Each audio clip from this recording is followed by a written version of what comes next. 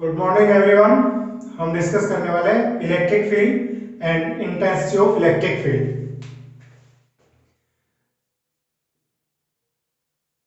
Electric field,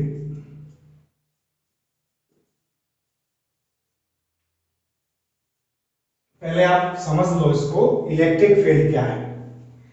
actual में charge का जब हमने स्टार्ट किया था कि चार्ज इनविजिबल है, उसको उसकी प्रॉपर्टीज से आइडेंटिफाई किया जा सकता है। तो प्रॉपर्टीज में डिस्कस किया था कि जैसे सपोज ये बॉडी चार्ज है, तो इसका ये क्या करती है, एक पर्टिकुलर डिस्टेंस से अनदर चार्ज पार्टिकल्स को या तो अट्रैक्ट करती है या रिपेल करती है। तो वो एक पर्टिकुलर डिस्टेंस से, तो इसके अराउंड जितना रीजन है, जितना क्षेत्र है, जितना स्पेस है जहां तक ये उसको अट्रैक्ट या रिपेल कर सकती है, that field is known as electric field. Magnet देखा है आपने? मैग्नेट में जहां मैग्नेट रखते हैं उसके चारों ओर जितने भी फेरोमैग्नेटिक मटेरियल्स हैं उनको कुछ डिस्टेंस से वो अट्रैक्ट करने लग जाता है। तो वो उसके स्पेस जो है या उसका जो रीजन है जहां तक वो अट्रैक्ट कर रहा है वो मैग्नेटिक फील्ड है। इसी तरह ये इलेक्ट्रिक फील्ड है। सपोज ये कोई हमने क्यू चार्ज लिया और इससे हमने किसी आर डिस्टेंस पर कोई टेस्ट चार्ज रखा क्यू नॉट, तो इसके पर्टिकुलर चारों ओर इस तरह से इस रीजन में, इस स्पेस में यहां तक ये इसको अट्रैक्ट करता है या रिपेल करता है, तो ये क्या है इसका इलेक्ट्रिक फील्ड। और ये Q0 इसके लिए ध्यान रखना, ये लिया है हमने टेस्ट चार्ज, और test charge always unit positive लेने में, unit and positive test charge लेना है, ट्रेडिशनल है। ठीक है, तो ये जहां तक इसको अट्रैक्ट कर रहा है, रिपेल कर रहा है, ये रीजन इसका क्या हो गया, इलेक्ट्रिक फील्ड। अब हम इस इलेक्ट्रिक फील्ड का मेजरमेंट कैसे करें? देखो किससे कर रहे हैं, आप इसको फील करो कि हम चार्ज रख के देख रहे हैं, या तो उधर अट्रैक्शन फोर्स लग रहा है या रिपल्शन फोर्स लग रहा है। तो इट मींस इलेक्ट्रिक फील्ड अपने आप में क्या है, फोर्स ऑफ अट्रैक्शन और फोर्स ऑफ रिपल्शन। और फोर्स ऑफ अट्रैक्शन रिपल्शन तो कूलम्ब्स लॉ से बिल्कुल करेक्ट है। तो ये यहाँ पे इस फील्ड को तो कहेंगे इलेक्ट्रिक फील्ड। और दूसरा जो टर्म है हमारे पास है, ये है intensity of electric field. Intensity of electric field, electric field को ऐसे शॉर्ट में हम ई से लिख लेते हैं, वेक्टर क्वांटिटी भी है। तो इसको हम डिफाइन करना चाहें तो हम क्या लिख सकते हैं, electric force, electric force experienced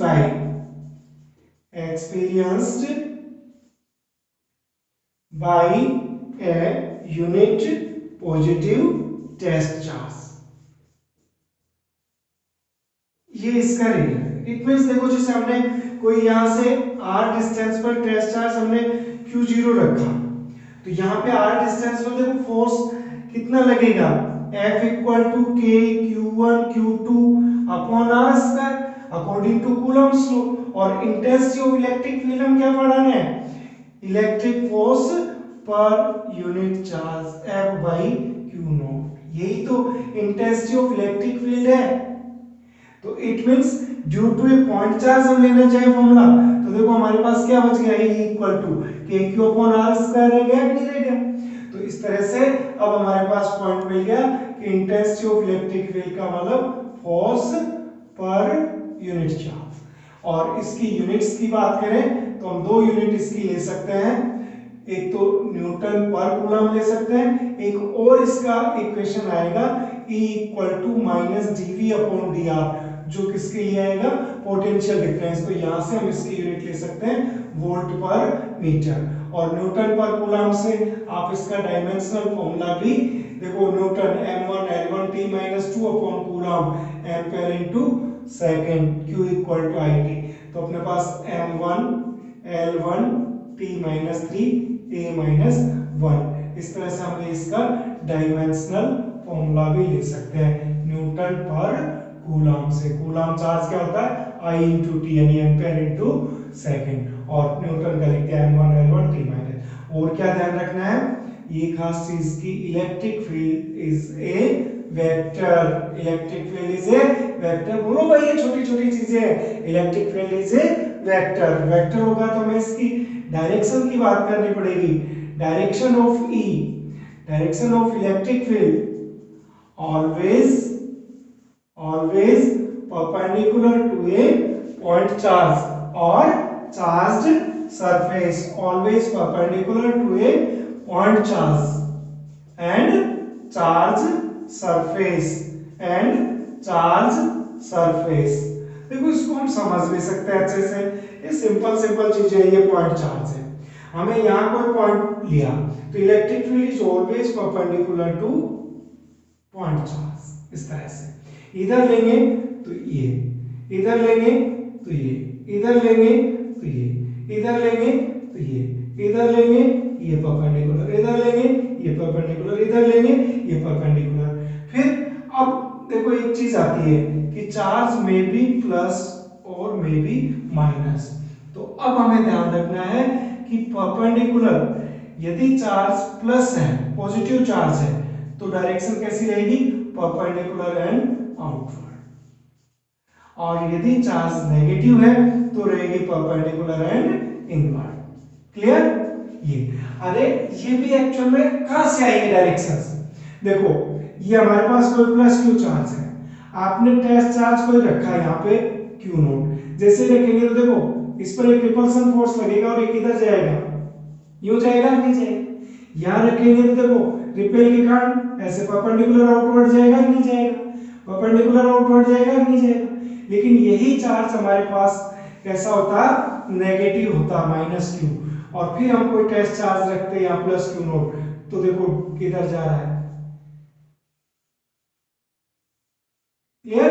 इसकी तरफ अट्रैक्ट होता है नहीं होता, परपेंडिकुलर इनवर्ड, इधर अट्रैक्ट होता है नहीं होता। तो इस तरह से जब चार्ज नेगेटिव रहेगा तो परपेंडिकुलर इनवर्ड और पॉजिटिव रहेगा तो परपेंडिकुलर आउटवर्ड रहेगा। क्लियर? आई बात समझ में? देखो अभी कुछ इससे रिलेटेड हम और बहुत सारे क्वेश्चंस भी करते जाएंगे।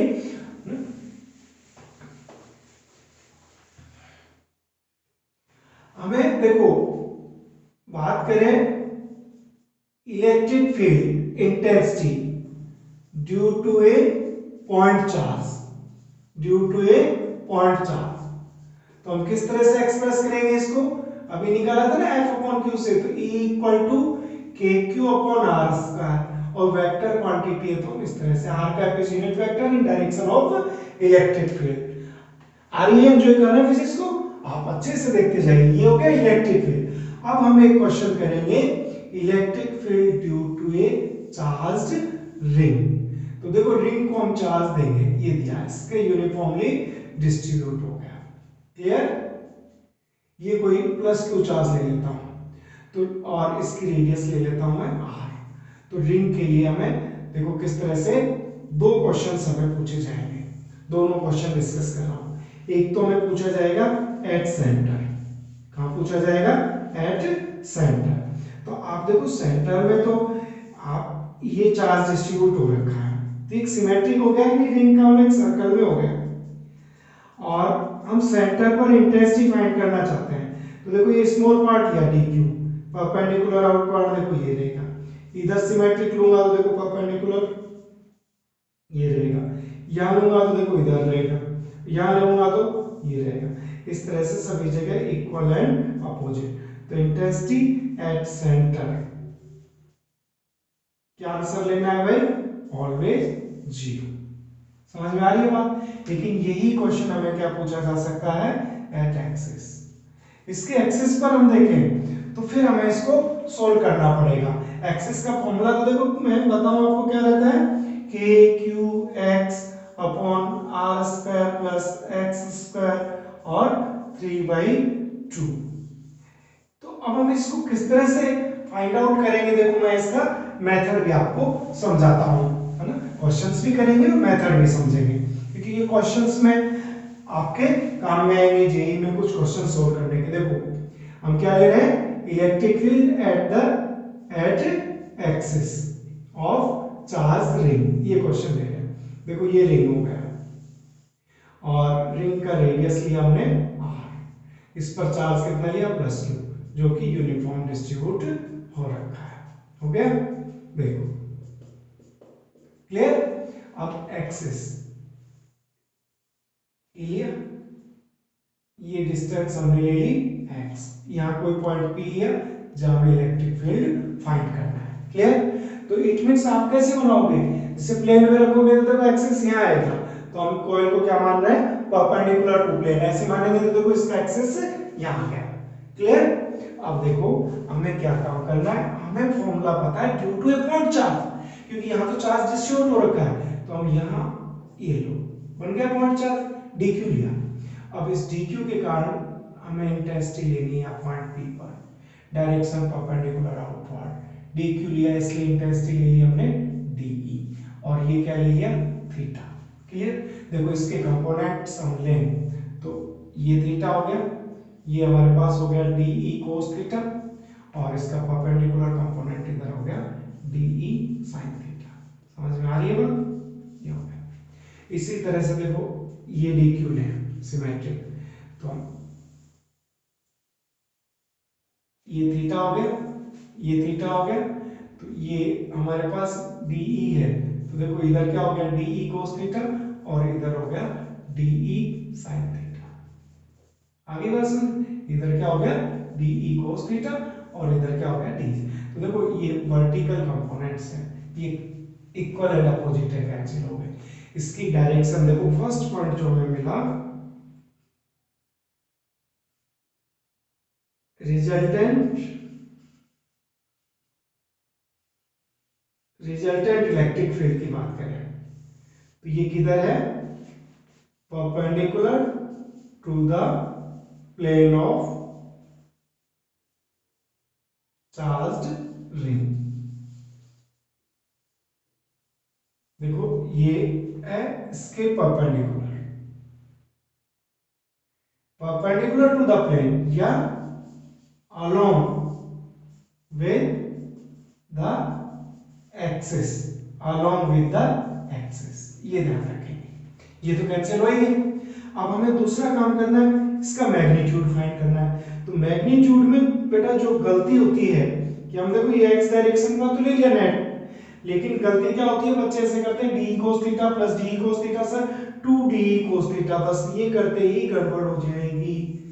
2d cos थीटा नहीं लिखना, क्यों, dq और dq दो ही स्मॉल थोड़ी, देखो यहाँ ले लूंगा, यहाँ ले लूंगा तो 4d cos थीटा, यहाँ ले सकता हूँ, यहाँ ले सकता हूँ, फिर 6d, 8 बहुत सारे, तो हम क्या करेंगे, इन सब के लिए क्या कर देंगे, इंटीग्रेशन कर देंगे, इन सब के लिए क्या कर देंगे, इंटीग्रेशन कर देंगे। अब dE की वैल्यू लिखे, देखो dE का मतलब ड्यू टू चार्ज, ये डिस्टेंस कितना है हमारे पास, ये r है और ये x है, तो ये हो गया r square plus x square का अंडर रूट। देखो मैं dE की वैल्यू लिख रहा हूँ, k q की जगह मैंने लिखा dq अपॉन r स्क्वायर, ये डिस्टेंस लूंगा r square plus x square, under root हट गया, और cos थीटा देखो यहाँ से लो, cos theta upon base upon hypotenuse, देखो x upon R square plus X square under root था, तो मैंने क्या लिया 1/2। क्लियर? इसको सोल्व करें, देखो ई एक्स इक्वल टू हमारे पास बच गया के, और E X equal to K D Q X upon R square plus X square, और 1 + 1/2 कितना हो गया 3/2। अब जो हमने डी क्यू सपोज किया था, तो डी क्यू का मतलब देखो पर यूनिट लेंथ, हमें dq ये लिया हमने तो छोटा सा, तो पर यूनिट लेंथ कितना हो गया, या देखो एक तो ये तरीका है कि पर यूनिट लेंथ ले लो 2πr, इनटू हम क्या कर देंगे dl से इनटू करेंगे, dl का मतलब rd था, एक तो ये तरीका है। एक दूसरा हम देखो सीधा ही क्या काम कर दूं मैं इसको, ये dq था ना, देखो ये सब कांस्टेंट है, तो 0 to q, ये लो dq का इंटीग्रेशन कर दो, क्योंकि टोटल चार्ज के लिए ले रहे हैं तो भी कोई दिक्कत नहीं, कोई सा मेथड अपना सकते हैं आप। और ये हमारे पास आ गया E X equal to K Q X upon R square plus X square, और पावर कितना हो गया 3/2। क्लियर? तो ये इसकी एक्सिस का फॉर्मूला हमारे पास आ गया। अब देखो यहाँ रुकता नहीं है, ये आपका बोर्ड है, कॉम्पिटिशन शुरू यहाँ से होता है। देखो क्वेश्चन सोल्व करते हैं इस तरह से। एक क्वेश्चन तो यहाँ पे जब हमने ये देखा कि देखो मैं इसके ग्राफ की बात करूं, ई वर्सेस एक्स की बात करूं, देखो ये एक्स ले लिया, इधर इलेक्ट्रिक फील्ड ले रहे हैं, ये सेंटर ले लिया, तो सेंटर पर इलेक्ट्रिक फील्ड कैसा था भाई, जीरो।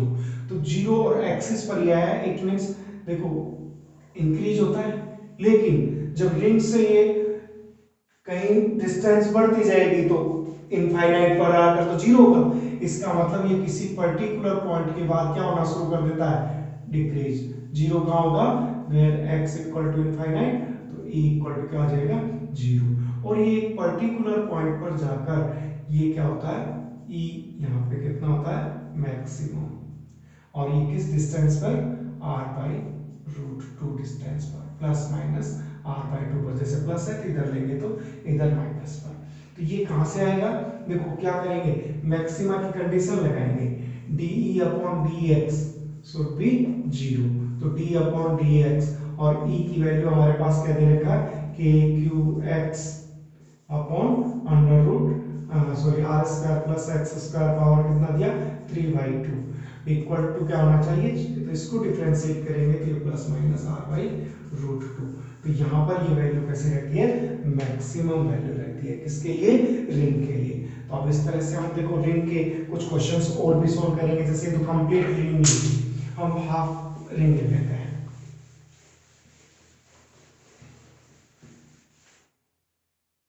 देखो एक क्वेश्चन हमें मिला कि semi circular ring, charge ring ली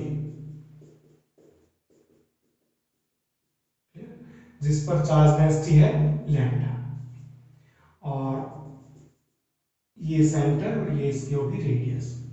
हमें यहाँ पे इंटेंसिटी फाइंड करनी है, तो देखो इसको स्मॉल पार्ट हम डी क्यू लिया, डी क्यू के कारण जो इंटेंसिटी हुई वो ये डी ई हुई, ठीक है। मैं इसको थीटा ले लूँ, ये थीटा हुआ, तो देखो इधर तो ये हो गया डी ई कोस थीटा, और इसका परपेंडिकुलर कंपोनेंट हो गया D E sine theta, clear, ये हो गया D E cos theta and D E sine theta.